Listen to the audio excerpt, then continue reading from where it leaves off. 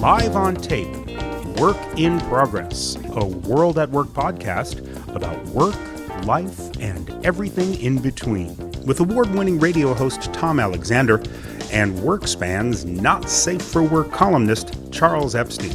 Here are your hosts, Tom and Charles.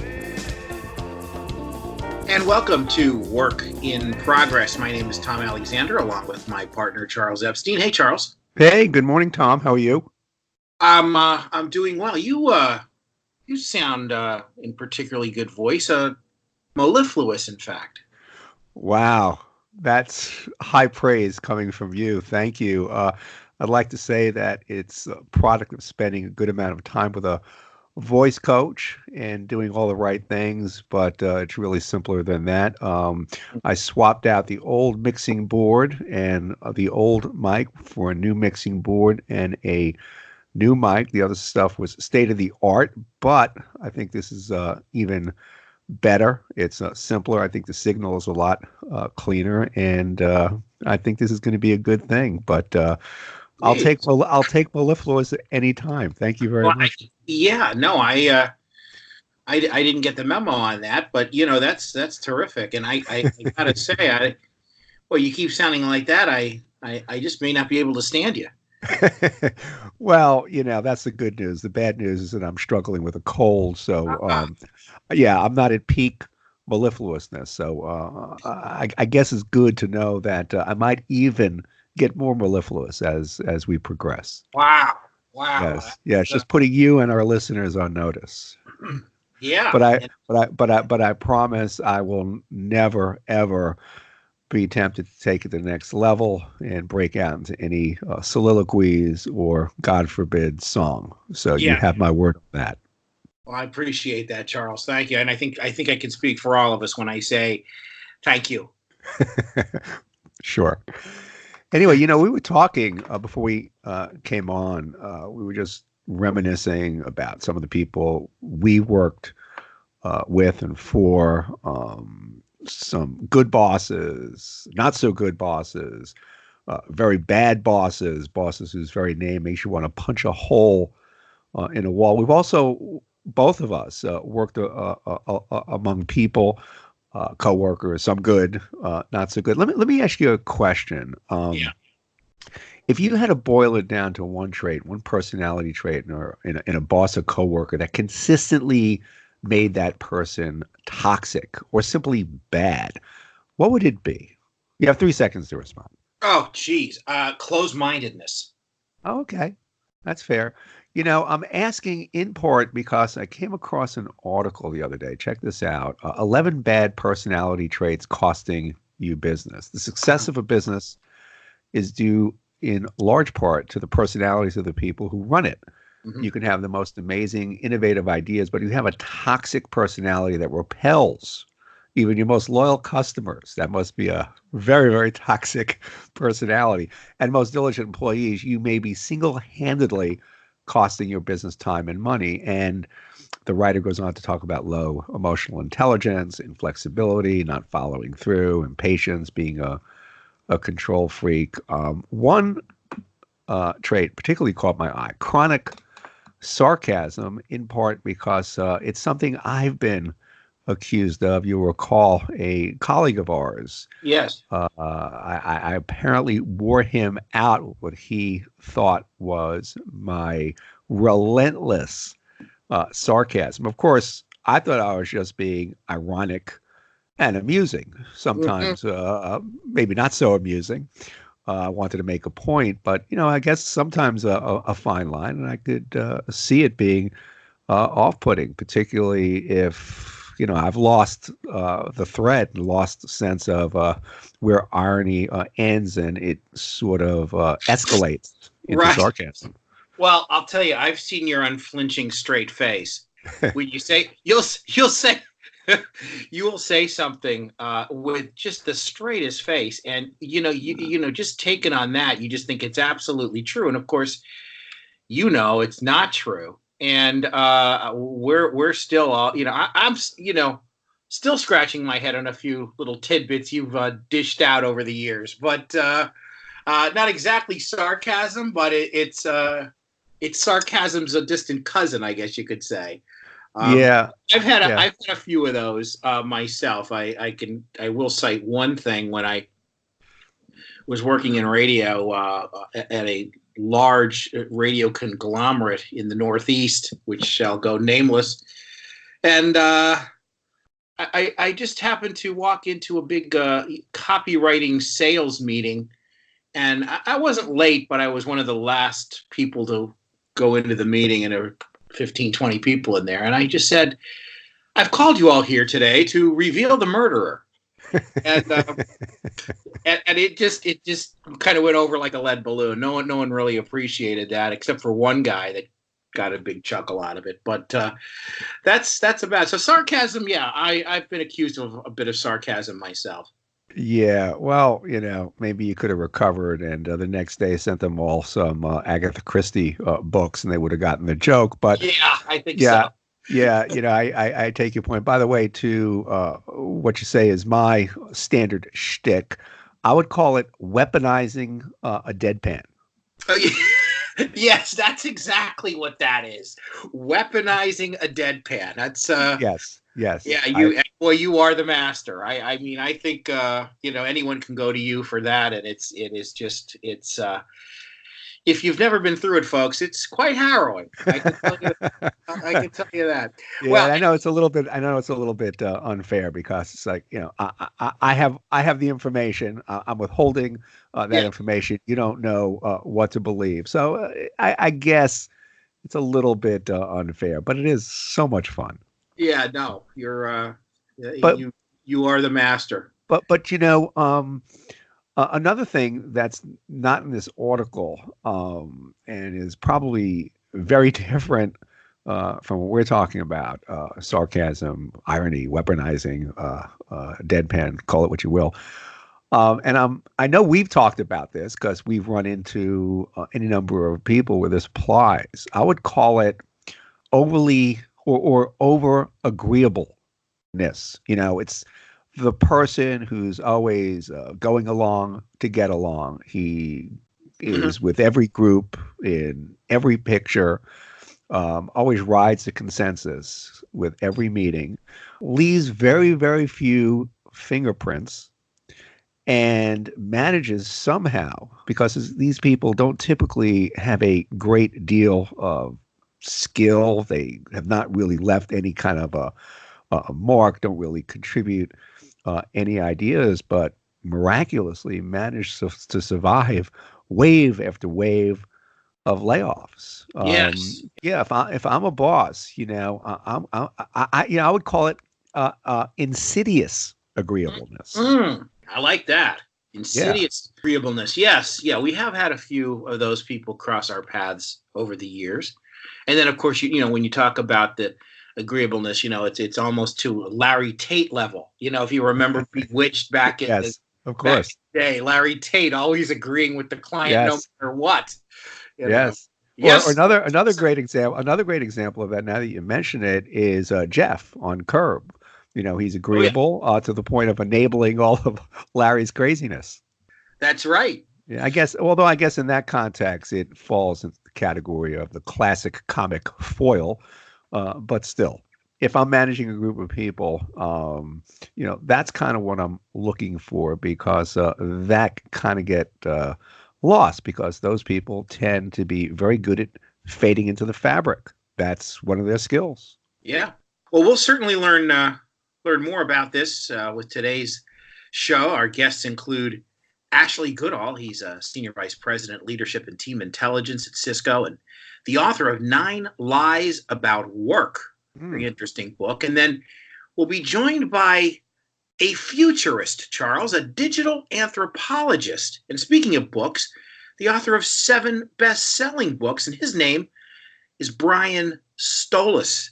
So it's Ashley Goodall and Brian Solis today on Work in Progress. Along with Charles Epstein, I'm Tom Alexander. We'll be back right after these words.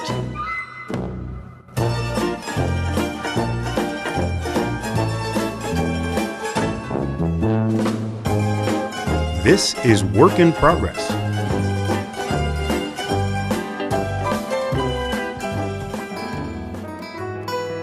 Fractional share programs could be the silver bullet to employee retention. Really. They're a powerful tool to help you keep your best and brightest staffers around and to convey you value their knowledge, expertise, and commitment. But what the heck are they? Check out the webinar, The Power of Fractional Shares, sponsored by ComputerShare, on this new approach to rewards programs. Find out what companies are doing to incorporate fractional shares programs in both their equity award and ESPP offerings to ensure their compensation structure is competitive and to support talent acquisition and retention strategies. And it's not hard to set up. You'll learn it's not complicated to switch from whole share plans to fractional share plans. Check out The Power of Fractional Shares on June 20th at 1 p.m. Eastern Time. Go to worldatwork.org/education to register.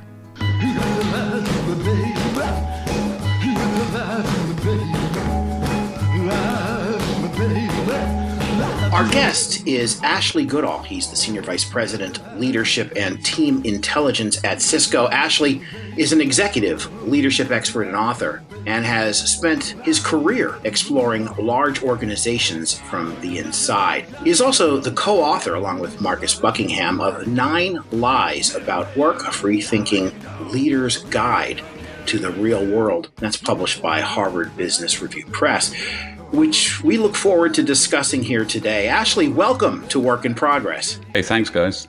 Please say hello to my partner, Charles Epstein. Hey, Charles. How are you? Hey, Ashley. Thanks so much for joining us today from New Jersey. You know, your book upends a lot of conventional thinking and heaves many foundational management beliefs out the window.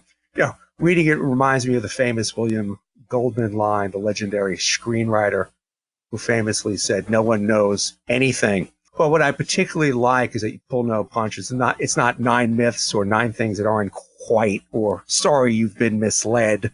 It's 9 lies. And I also like that you stopped at 9 and didn't go for a round number. It's like when I tell my wife I'll be back in 13 minutes versus 15 minutes, you know, it promotes credibility, Ashley.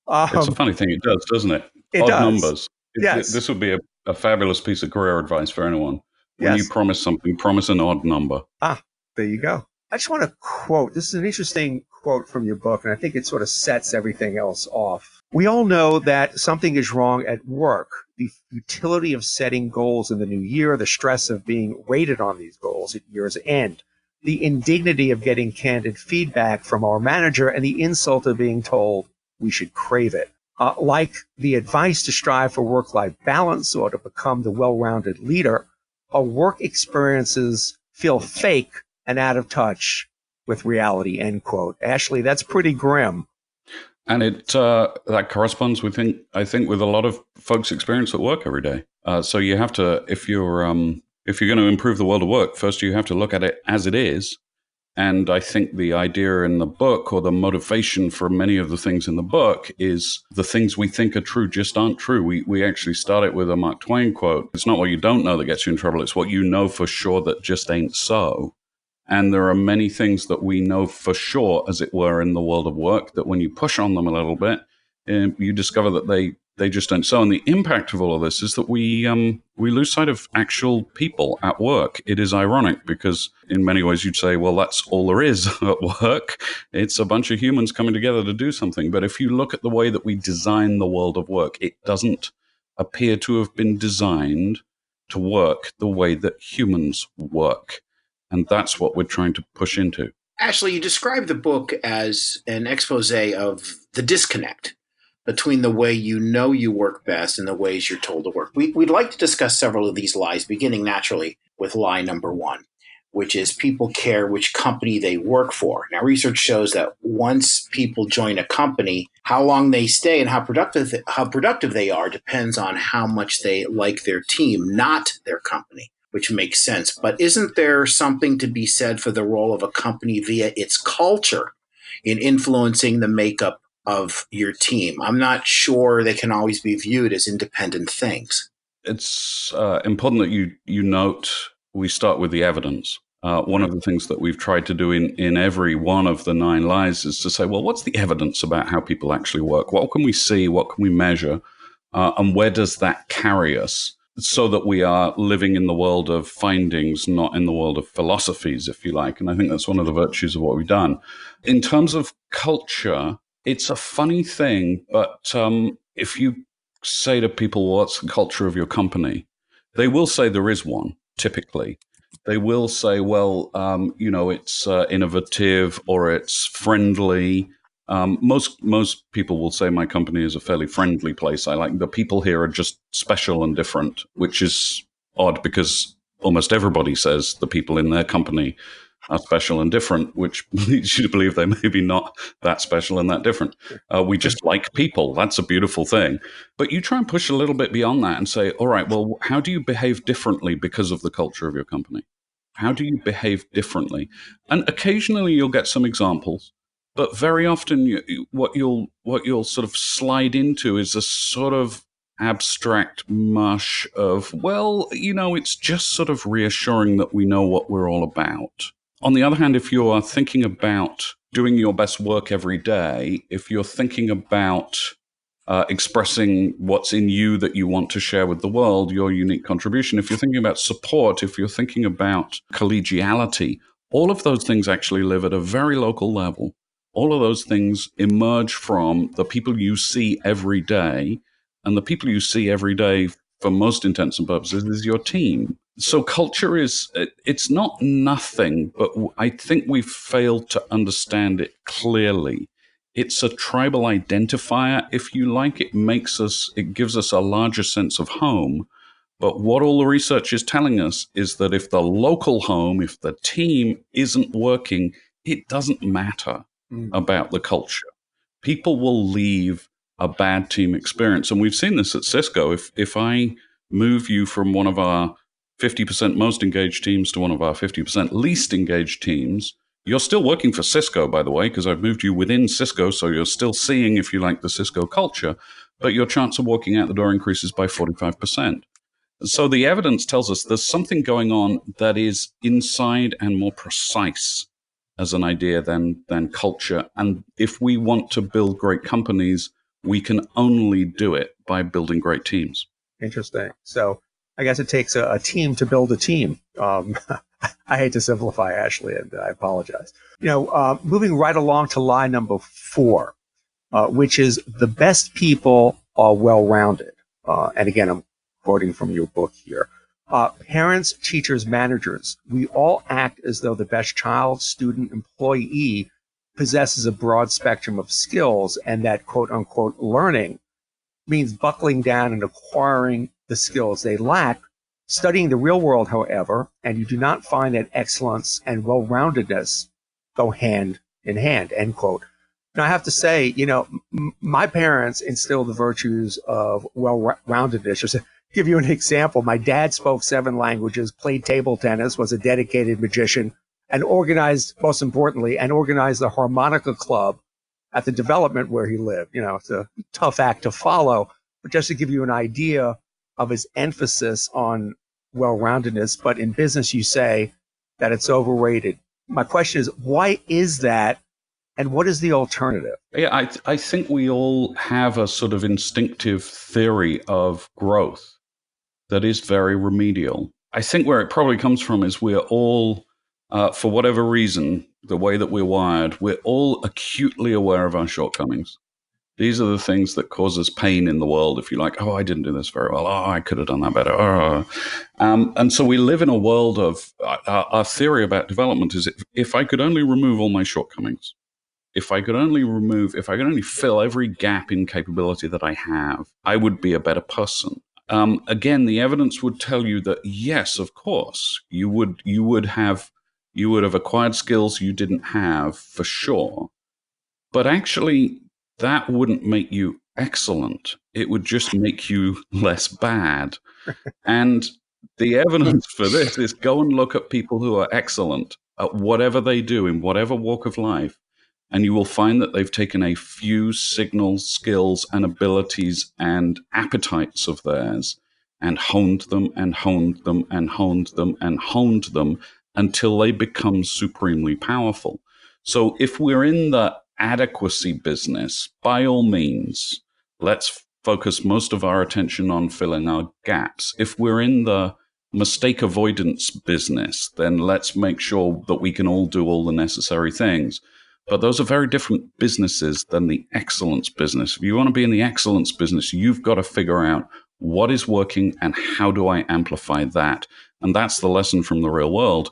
And of course, that flies in the face of how we design the world of work. We design the world of work to tell you where you're falling down and encourage you to plug your gaps and do the hard work of getting slightly better at things you're always essentially going to suck at, because if you were good at them, if you were going to be good at them, you'd already be pretty good at them. Every brain is different. We're wired in different ways. The world of work hasn't yet figured out how to say what's working and how to build on that. And interestingly enough, the only place you can really do that is in a team, because it's only when you're up close and personal with somebody that you can see and help them understand where they are at their most powerful. You can't do that at the scale of an organization without also doing it at the scale of a team. Ashley, I really like this one. Lie number 5. People need feedback. Now, according to you and Mr. Buckingham, people don't need feedback. They need support to excel. And the research reveals that frequent, candid, and critical feedback actually impairs both learning and performance. Now, I have to admit, I wish I'd kind of known this sooner, as I could have had a very productive conversation with my mother, who never hesitated to give me feedback. But I'd like to hear your thoughts on this. Yeah, and you can remember those conversations with your mother, right? Oh, yeah. And you can remember how you felt. Right. And the feeling that you had, I'm guessing, was not one where, oh my goodness me, this is catapulting me forward. The feeling is first, oh my goodness me, I've failed. Oh my goodness me, I'm being judged. Oh my goodness me, I'm being reminded of my, imperfections. The first piece of research is that under those conditions, brains do not grow. Brains try to leave the room, essentially. And you get into fight or flight. You're sitting there listening to the feedback rolling along, and what your brain is saying is, this is an unpleasant experience. I must survive it and then exit it. On the other hand, when you look at what the brain does, when you invite it to imagine what it could be and where it could grow, the brain goes into what's called rest and digest mode, which means it is learning.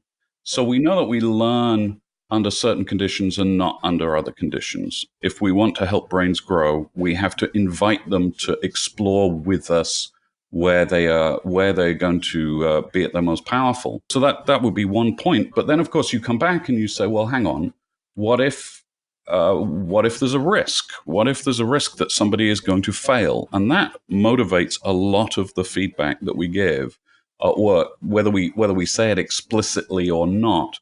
What we are doing is risk mitigation and failure prevention.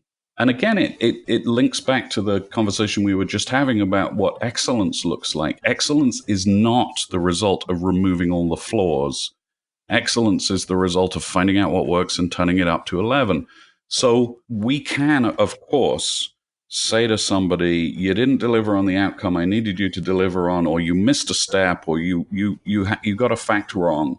We just need to understand that when we do that, we're in the adequacy business again. We're not in the excellence business. What the characteristic that the human brain, that all of us thrive under, is attention, not feedback.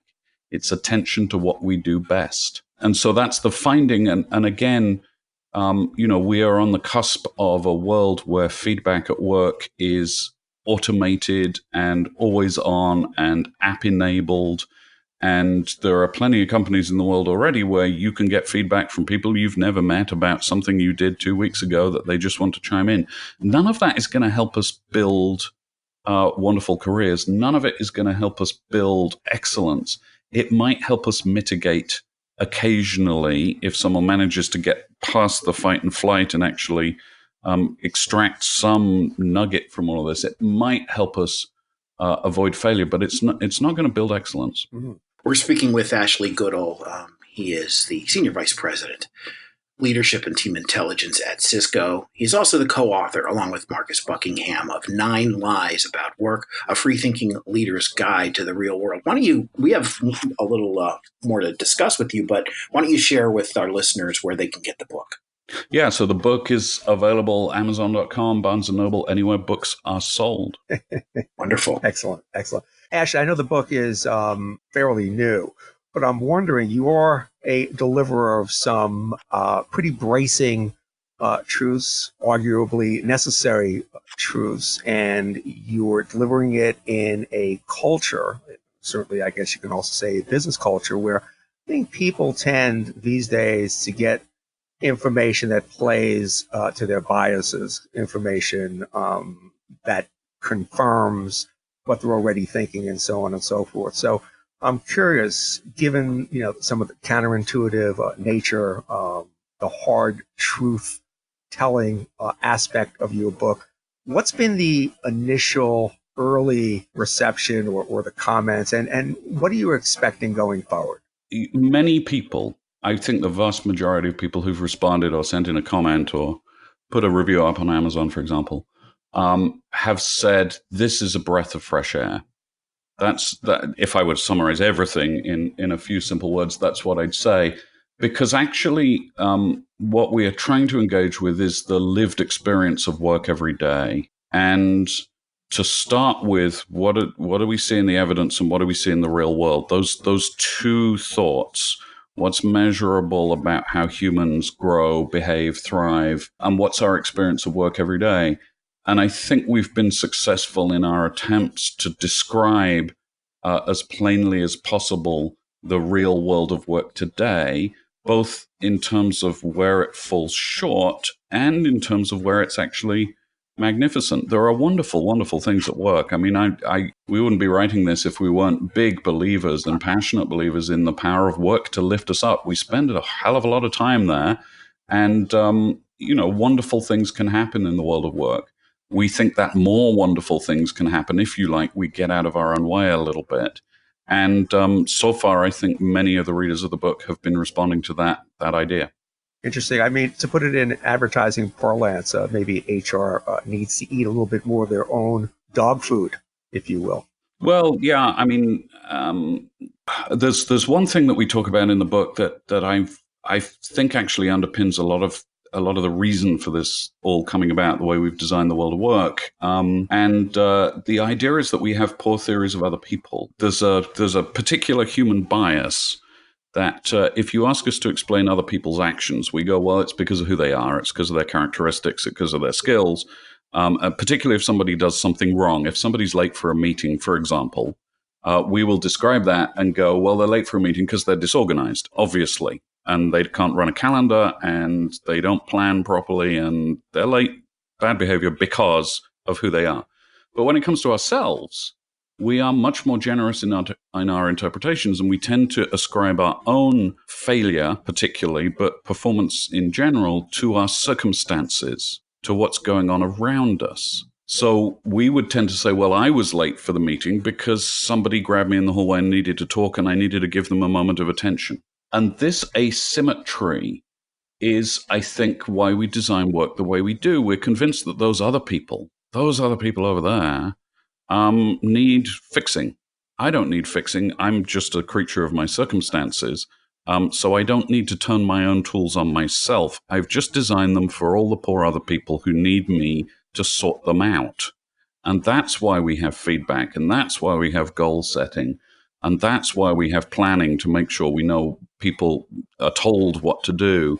And that's why we think that we can rate people on their abilities, and that's why we sort them into high and low potential. It's all designed for those other people. And a very good principle to design the world of work is actually to start by saying, what do you need, oh designer, from the world of work? What do you want? How would you design the world of work if it were designed for you? I think we would design it very differently.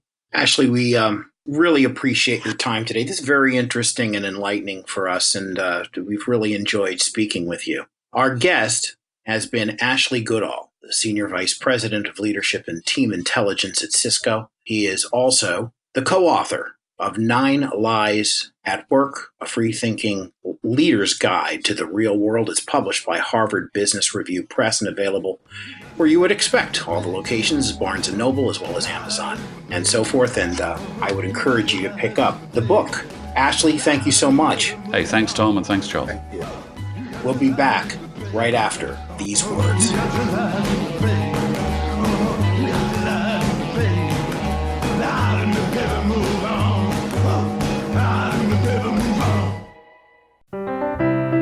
Ever wonder how much to pay a galactic viceroy of research excellence, a fashion evangelist, in-house philosopher, or hacker in residence? Yep, those are real job titles. Comp pros need to keep a pulse on up-to-the-minute pricing, yet for many new emerging and hot jobs, even those with more humdrum titles, data is scarce or simply doesn't exist in traditional data sources. So how do you accurately price a job for which there is no close match, no market data, and enormous demand? Get the answers during Salary.com's Pricing Strategies for Hot Jobs webinar on June 12th at 12 p.m. Eastern Time. To register, visit worldatwork.org/education.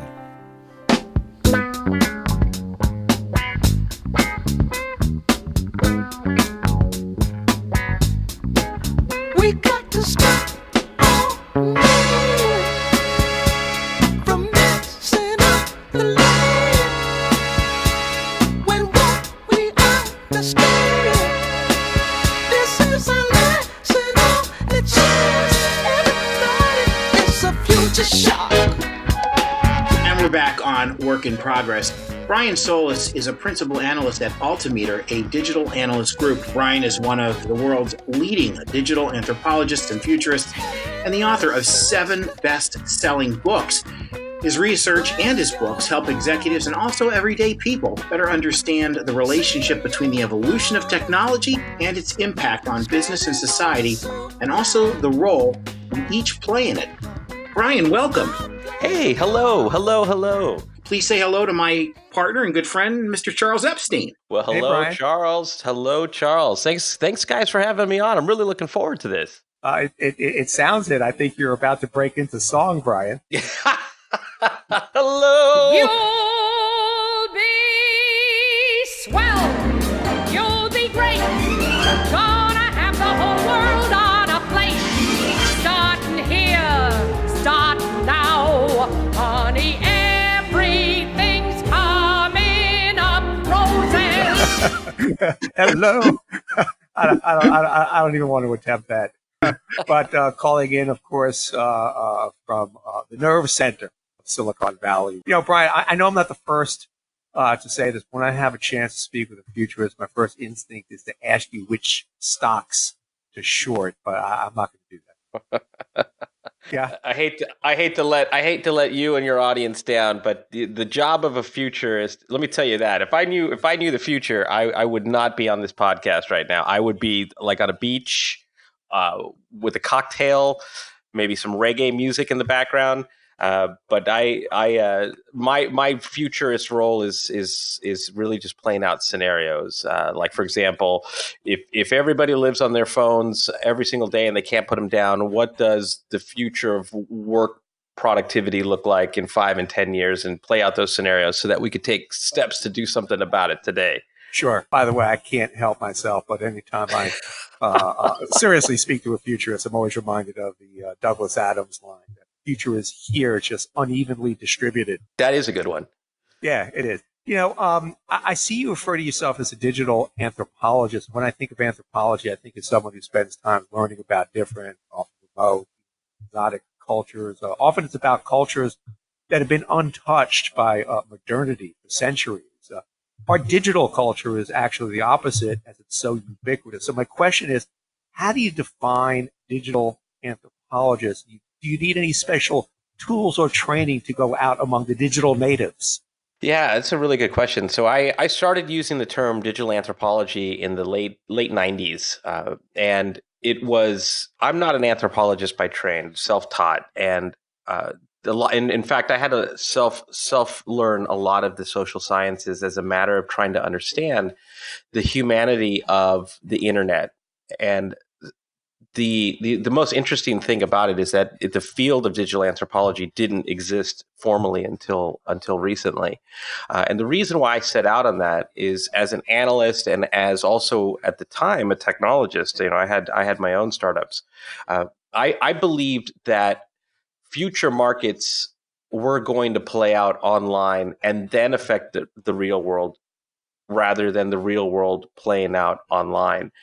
So I studied behaviors, norms, values, and really tried to make sense of whether or not that hypothesis was valid or not, and then reshaped it over time. And at the time, it was really just discussion boards and forums. But as you could imagine, as the years progressed, as things like digital photography became more mainstream, and then online photo sharing in the late 90s and early 2000s started to become a thing, I started to see behavior absolutely change. And then boom, Web 2.0 and social media, and all of those behaviors and norms and values, it just became a thing that I couldn't stop tracking. And then I'll tell you what, when smartphones, the iPhone specifically, came out, that's when my work began to radically shift. So watching shifts in politics, religion, dating,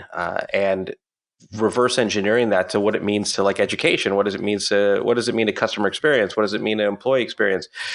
Because everything needed and then still needs to change as a result of how we've changed as a result of our relationship with technology and continue to do so. Brian, I came across this interesting quote. This is an era of disruption, not disruption as the occasional event, but disruption as the constant chronic condition of our personal lives, close quote. Everyone talks about disruption, but when you read something like that, it sounds almost like a mental condition.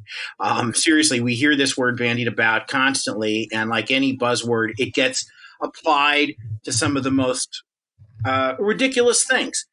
I once came across a company that was looking to disrupt the balloon technology industry. I don't mean hot air balloon technology, but the ones that clowns use at your kid's party to turn into a giraffe.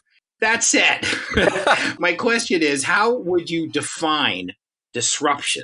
Well, I try to keep it simple. Regardless of what the nature of the conversation is, right? So I live in Silicon Valley. That word is used as a verb. I'm going to disrupt as part of my business model, X and Y companies or X and Y markets. But simply defined, disruption is doing new things that make the old things obsolete.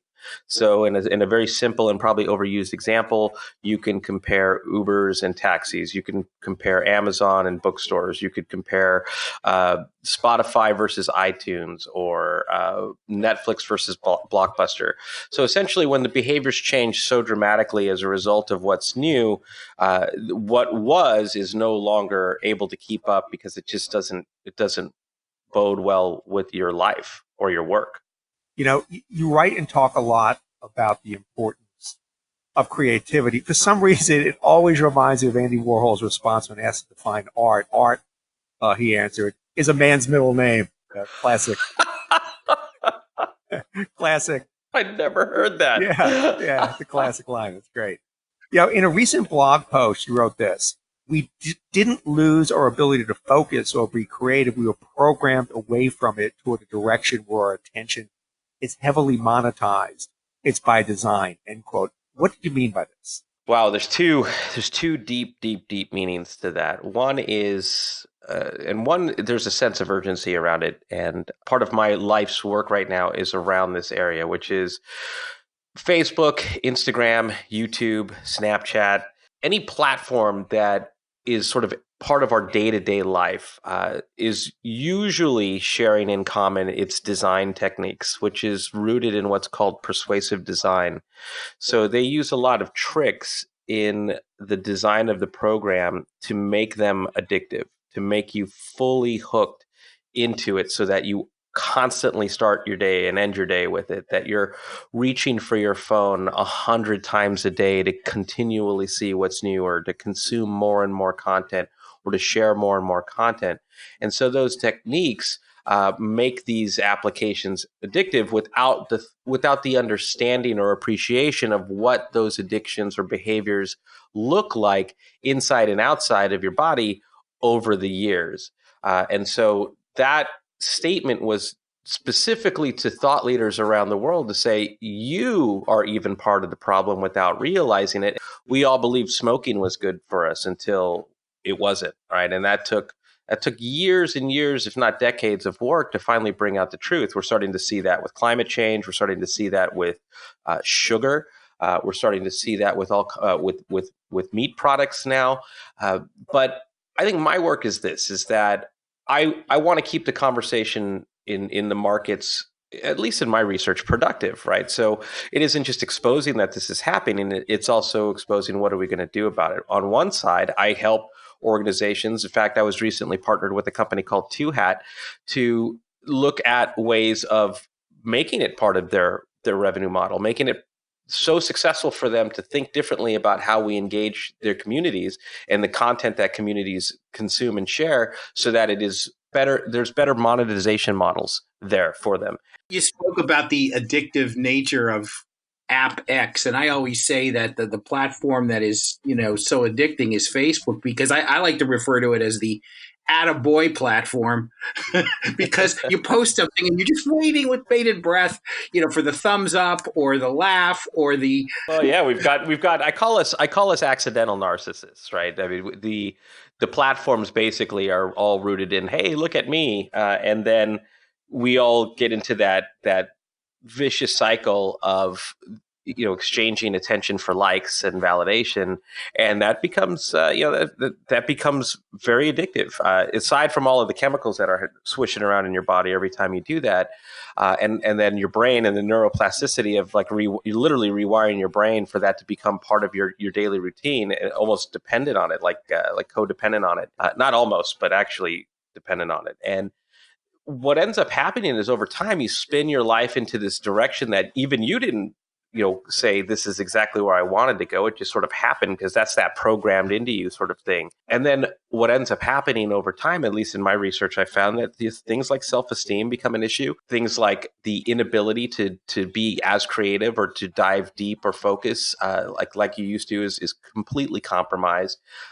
Things like health and wellness become real issues, because if you're giving your body that much of the 6 different chemicals that are constantly swirling around when you do this stuff, you're actually making yourself sicker. And that makes you sicker and sicker over time, to the point where whether it's mentally or psychologically, like depression could become a thing, or just on a more superficial to deep level, like happiness.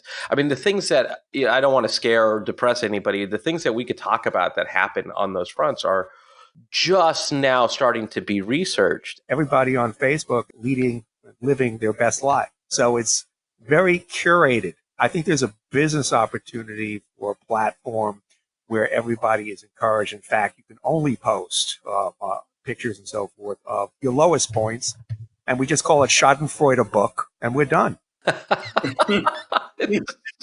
So true. Brian Solis is a principal analyst at Altimeter, a digital analyst group, one of the world's leading digital anthropologists and futurists. We're speaking with him from Silicon Valley. And Brian, last question. This is the first time we've had a futurist on the show, and Charles mentioned wanting to know which stocks to short. First of all, when you do tell him, please share the info with me. I'd really appreciate it. Tonight, I'm taking my family to a new Italian place that's gotten some great reviews. So if you could look into your crystal ball, should I go with the veal dish or maybe the grilled swordfish over angel hair? Your thoughts. What do you think? When in doubt, the answer is yes. There's no harm in just getting both. Yeah, definitely going to go two-fisted. Seriously, looking into your crystal ball, what are the 3 trends, developments that no one's talking about that we'll all be talking about, and say 6 months down the road, or even a year, 5 years out? What can you tell us?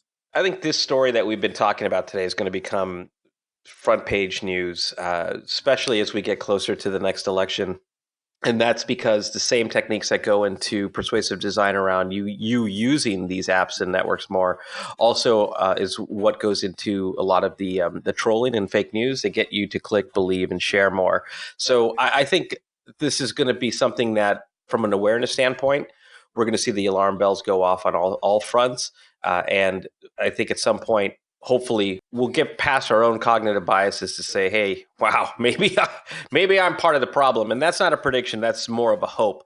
But on the prediction side of things, this is going to become a really big issue, forced to the center, with unfortunate circumstances around debatable issues like politics and climate change. Wow, very interesting.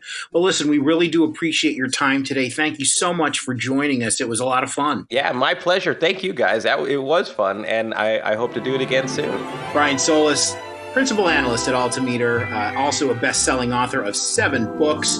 Definitely check him out. We'll be back in just a moment. If they ask me, I could write a book about the way you walk and whisper and look. This is Work in Progress.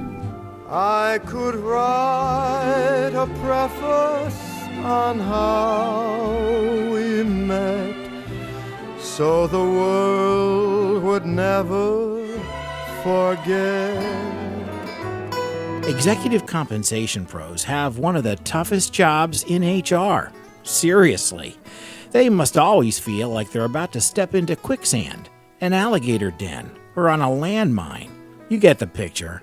Thank goodness for the Executive Compensation Forum, the one place where they can share freely, confidentially thanks to Chatham House rules, about common challenges and best practices to attract and motivate executives while being compliant with a host of regulations and keeping the board happy. There's a heavy focus on peer-to-peer conversations, in addition to connecting with and learning from the leading minds in executive compensation. The 4th Annual World at Work Executive Compensation Forum, July 28th through the 30th in Denver, Colorado.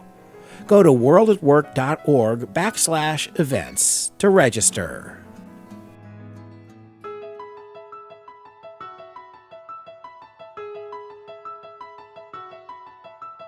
Now back to Work in Progress with your hosts, Tom Alexander and Charles Epstein.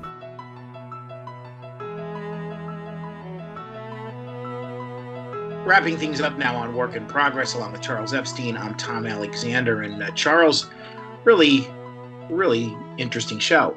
Yes, I thought Ashley was particularly, Brian was interesting too, but his book just challenges a number of things we take for granted. When you read his book or listen to him, you realize he makes really some fascinating counterintuitive points. For instance, people don't need feedback. They need support, which I guess in a way goes back to our open when we're talking about sarcasm. I guess that's a form of feedback, but obviously it's not very helpful or instructive. Or the lie that the best people are well-rounded. We gave him some pushback on that, but again, he makes some very, very forceful, interesting points. And even when you disagree, he holds things up to the light and makes you see these things in different angles and all the different facets. Yeah, and even if you disagree, he has the sophisticated British accent, which is really hard to combat, for your average American. Yeah, it's just sort of embedded in our psyche that we're supposed to play a second fiddle, and that just carries that intellectual or social heft. You immediately feel that sense of social inferiority. So, no, I'm not even second fiddle. I'm out in the parking lot with like a kid's violin, somewhere. Anyway, and of course, Brian Solis. Yeah, it was good to finally know what a digital anthropologist is. I don't know if they give out degrees for that yet. We need to look into it. And, I tell you, anytime I hear the word futurist, I can't help but hear Yogi's line. It's tough to make predictions, especially about the future. Yeah, right. By the way, I got to point something out. Sure. So many lines, famous lines that have been attributed to Yogi. After well, they're both gone now, Yogi and Joe Garagiola. But from what I've heard, Joe Garagiola actually later admitted to sort of making some of those yogiisms up and crediting Yogi when it in fact was him in the spirit of Yogi. So we don't, after a certain time, we're not 100% sure if it was authentic Yogi or Jogi. Yeah, Jogi, good one. Yeah. So it's pretty interesting. Yeah, I've heard that too. But you want to know something? That's kind of the thing you don't want to look too closely at. Let's just appreciate it for what it is. I do agree with you. I mean, that's a you talk about folk wisdom. You got Mark Twain, and you got Yogi Berra. Yes, that's it. I mean, Titans. Charles, this has been fun, a good show. And of course, next time we'll bring you two equally interesting guests right here on Work in Progress.